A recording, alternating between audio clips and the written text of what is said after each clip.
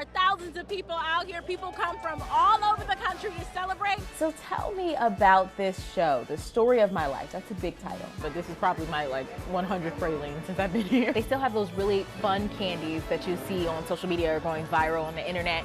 Chocolate Band-Aids, earwax, the chamoy pickle kit. First of all, why is it important for you to bring the show to these HBCUs? One of the first things you see is no one gets there alone. Right. What does that mean? So I'm guessing it's really sour. No, I don't think I would take it. You don't think so? I don't think so. As consumers deal with high egg prices, a Florida man turns iguana eggs into breakfast. He calls it the Johnson Recipe Special. Oh my. Kind of sad to see summer go, but this is a great way to send it off. Anything Beyonce, I'm Hey, good. you can't go wrong with The that. party will without a start doubt. with anything Without a Beyonce. doubt. I haven't even gotten through this year, but if we can get a sneak peek of what's to come in the future. At first, when I saw the news, I'm like, oh, it's migrating north. I'll be fine. But it's already been here. So first, before we get started, tell me who Dr. Holloman is.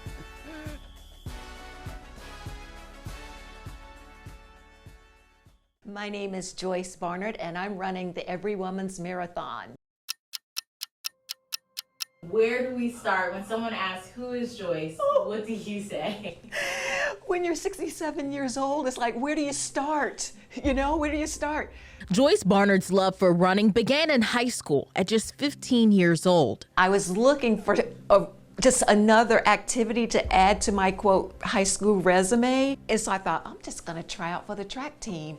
And so I did, and I was fast, so, which was surprising because I never thought about running before. And so I went to state, did all of that stuff.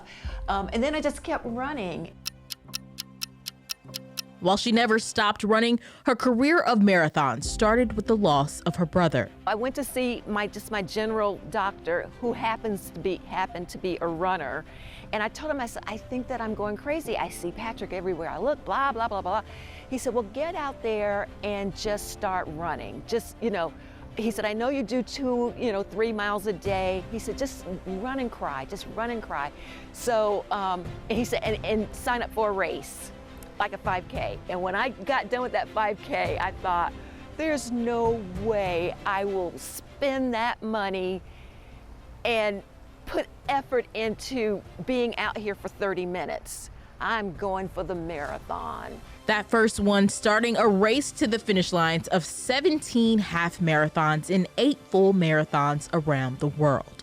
The Marine Corps twice, Florence, Italy, Lisbon, Big Sur in California, Disney World, Chicago, which was awesome, Tybee Island. Joyce says as of now, Lisbon was her favorite, but it also sticks out for another reason. When I did the Lisbon Marathon, I was in pain the whole time. After the race is over, you hurt. You're just gonna hurt anyway. But this pain was just a little bit different. My brother kept saying, oh no, just walk it off. It's just lactic acid, I was like, no. And so I went into the doctor and found out that bone on bone, like there was no cartilage left. And he said, you're looking at a hip replacement. And I fell apart. He said, no, you can keep running. I said, well, suppose at some point I just lose my mind and decide to sign up for another marathon.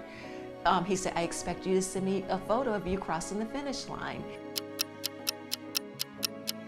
This is the inaugural Every Woman's Marathon. Thousands of women have come from all over the world to participate, not only for the race, but also for a wellness expo in which they could attend workshops, learn about race sponsors, and connect with and support other runners. 3 pillars behind Every Women's Marathon are accessibility, community, and women-led. So we really are focusing on the community aspect. Team Milk goes on all year long. We started with 0 people in it, and there's over 30,000 women signed up for Team Milk, and they've been supporting each other. The running captains and the team have been giving them training tips, nutrition tips. We've really been leaning in on this empowerment of women since early 2022, and we intend to really stick with it. Team Milk organized the race, and leaders say this is more than a marathon, adding they have been intentional about tailoring this experience to every woman. But it's awesome. It really is to see so many people, different colors, different shapes, different ages. This race is more about what are your needs? What do you need for this to be an experience for you that's both memorable, but allows you to kind of step into the power of, hey, like this is for us, and we're here to work together as women on the court. This morning when I woke up, I was thinking, oh, I'm so nervous. Oh my gosh, this is going to happen, blah, blah, blah. But now I'm really excited. And I think it's just everything that's going on here. So you might want to ask me again in the morning, but I'm ready. On Saturday, November 16th, women from around the world lined up in front of Savannah's City Hall to run in the very first Every Woman's Marathon. Among them, Joyce Barnard, more than ready to run her ninth 26.2-mile race. I'm very grateful that I got to do another marathon, with the new hip, and that I finished, and that I got to be a part of this. In Savannah, Simone McKenny, WTOC News. I wanted to know what it takes to send more than 100,000 sweets across the country during holiday season. So let's find out. It happens so quick. We do so much planning and getting ready, but it all happens in a blink of an eye. We'll have 30 days and 56% of our business is done. Whether it's pie or a praline, a basket or a box, Savannah's Candy Kitchen is making them by the thousands. They are right in the thick of their holiday rush. They've got more than 50 years of candy making in the pot. So here's how it works. The warehouse will package tons of items and bring it here to the shipping department so it can get set on the shipping line.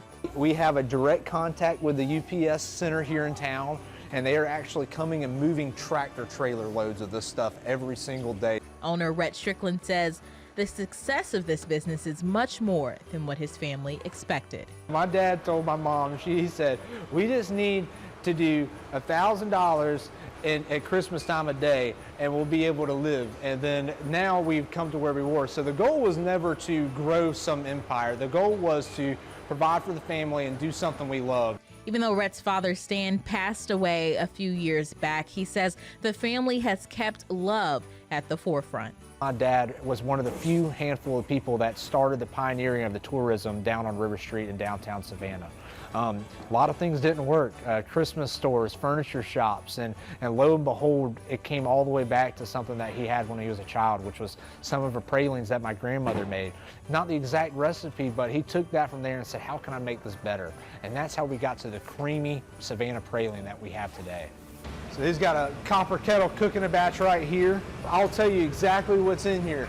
Cream, butter, sugar, and pecans. It's 4 ingredients and there's nothing else. Rhett says there are about 200 employees working around the clock, and some have been with the business for decades. I work here at Savannah's Candy Kitchen in our manufacturing facility, our mail order facility. I've worked for the company for 30 years, pretty much grew up in the company. When Melinda started, she was just 17 years old. I worked the ice cream counter, yes, and I was terrified.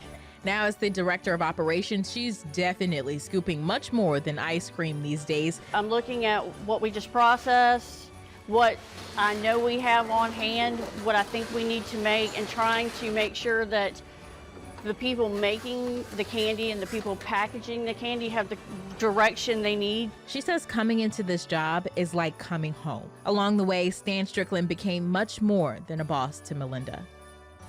He's so missed. He's missed a lot. And we go on. I mean, we're going on and we're taking his mission and his vision, and we're going to continue to grow with it. And as the family grows, so does the business. We're always looking for something new, something innovative, but still classic, still traditional, you know? Now, we have talked a lot about how the candy is made, how it's packaged, and how it's shipped. So how about we take a trip over to River Street to check it all out? Okay, so we're on River Street in Savannah. We're at the Savannah Candy Kitchen store, and I'm ready for a praline. So let's go. So let's try it. All right, well, man, we got free praline samples. I said let's try it, but this is probably my 100th praline since I've been here. Okay, so while they have those traditional candies, the pralines, the turtles, they still have those really fun candies that you see on social media or going viral on the internet when people want to try those really interesting flavors. Chocolate Band-Aids, the Harry Potter jelly beans, every flavor of beans. Let's see what we got. Earwax, the chamoy pickle kit, chocolate creatures. These are huge. This one's called Hot Mama, earthworm, dirt. Cyclops monster, it's a jawbreaker. So I'm guessing it's really sour.